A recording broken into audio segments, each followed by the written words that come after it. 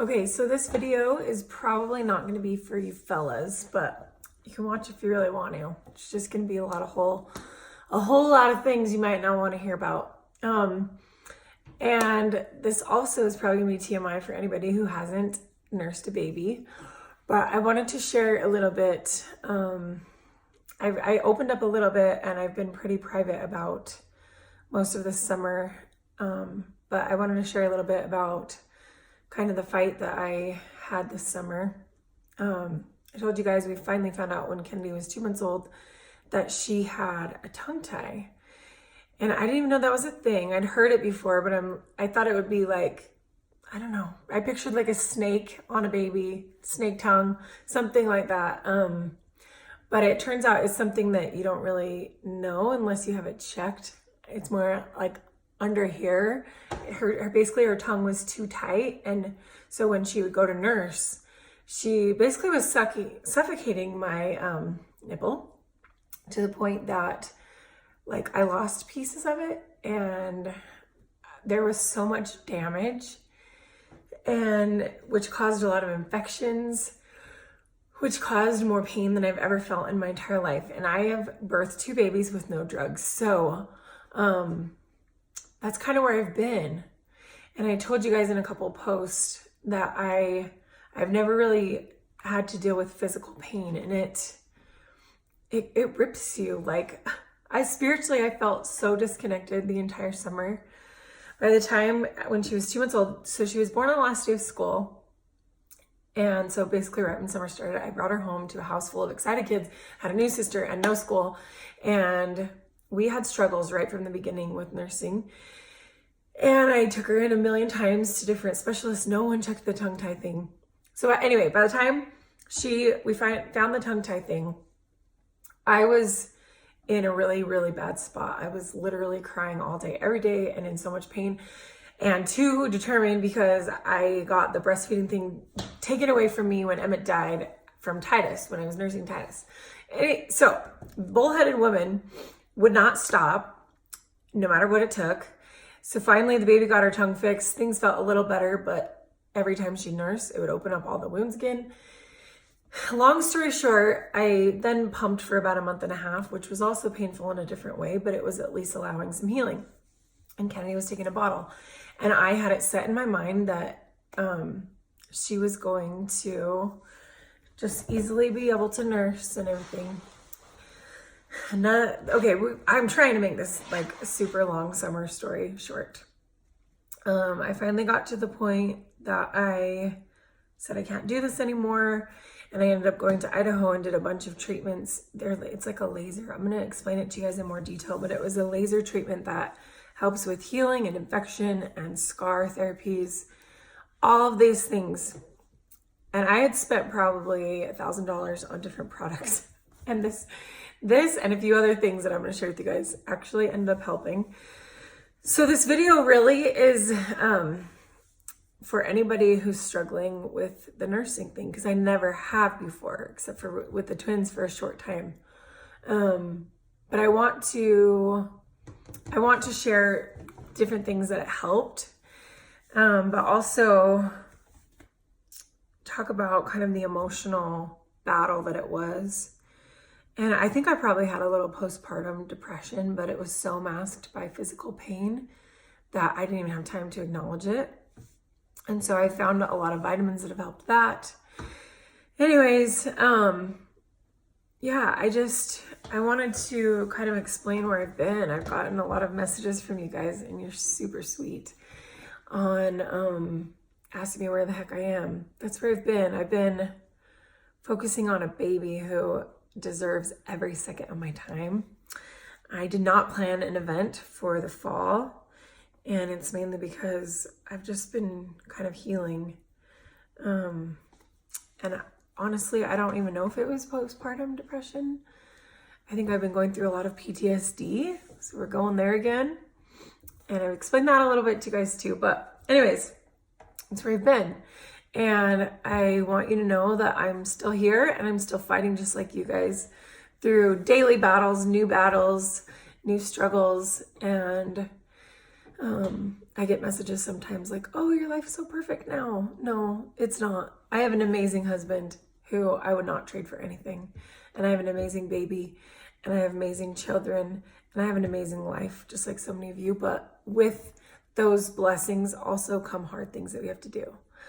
So if you're like me and you're like, everything should be easy and I shouldn't be feeling these feelings and I shouldn't be feeling so low or so dark or going through this fog, I should be happy. Yeah, we should be, because there's so many blessings in our life, but those things are real too. And don't go through the whole day like guilting yourself out of feeling them.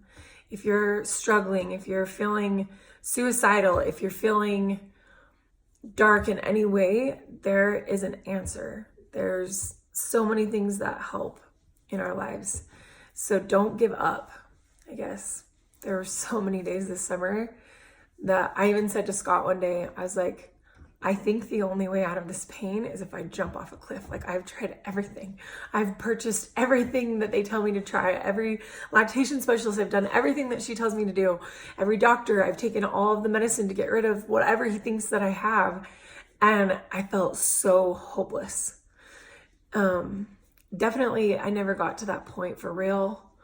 But I think I got a glimpse of what it feels like when you do. When you just feel so heavy and so dark and so alone. So yeah, today I said this in a video. This is my second video of the day, by the way. I did a makeup video. I've never done a makeup video in my life. It's kind of a joke because I couldn't really see what I was doing. But today Titus asked me how I get out of my comfort zone, because I've been pushing him to set goals out of his comfort zone, because he gets really stuck on once it's hard, I'm out. I'm going to do this. I'm going to go golfing. But as soon as I don't make the shot I want, I'm out.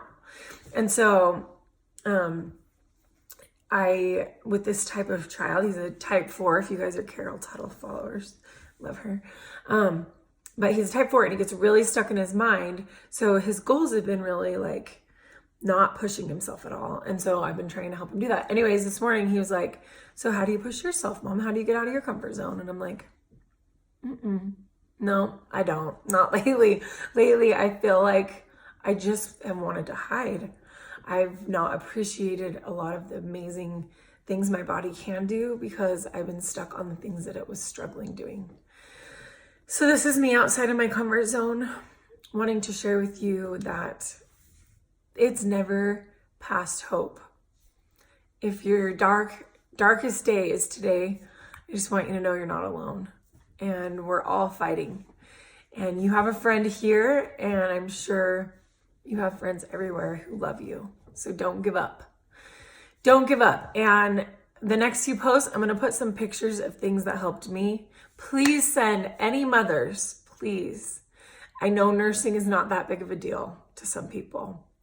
And I didn't know it was such a big deal to me. But now, fast forward, she just turned 4 months. We've been about 3 weeks probably just solely nursing. I don't pump anymore. I'm not in pain anymore. And the stubborn girl paid off. We made it our goal. That was my goal for her and I. And it was definitely out of my comfort zone, and it definitely pushed me to the end of how far I felt I could be pushed. So I'm gonna challenge you guys. My kids are setting goals with this new youth program at our church. I'm gonna challenge you.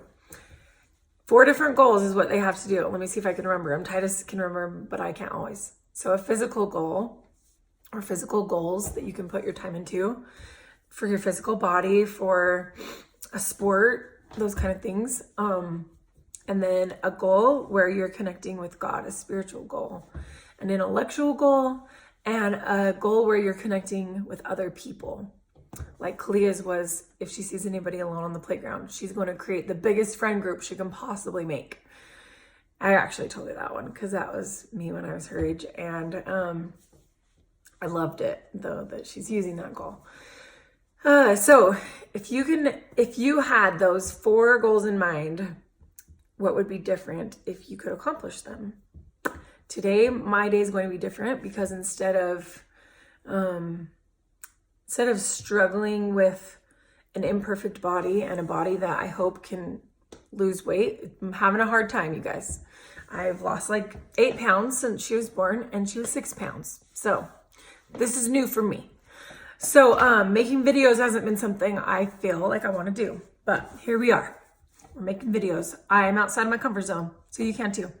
Let me know what you guys are doing for your goals, and if there is an opportunity for you to step out of your comfort zone today, I hope that you choose to do it, because I know that we can grow and get stronger as we become a person willing to step out of our comfort zone.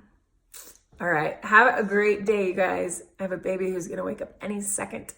Talk to you later.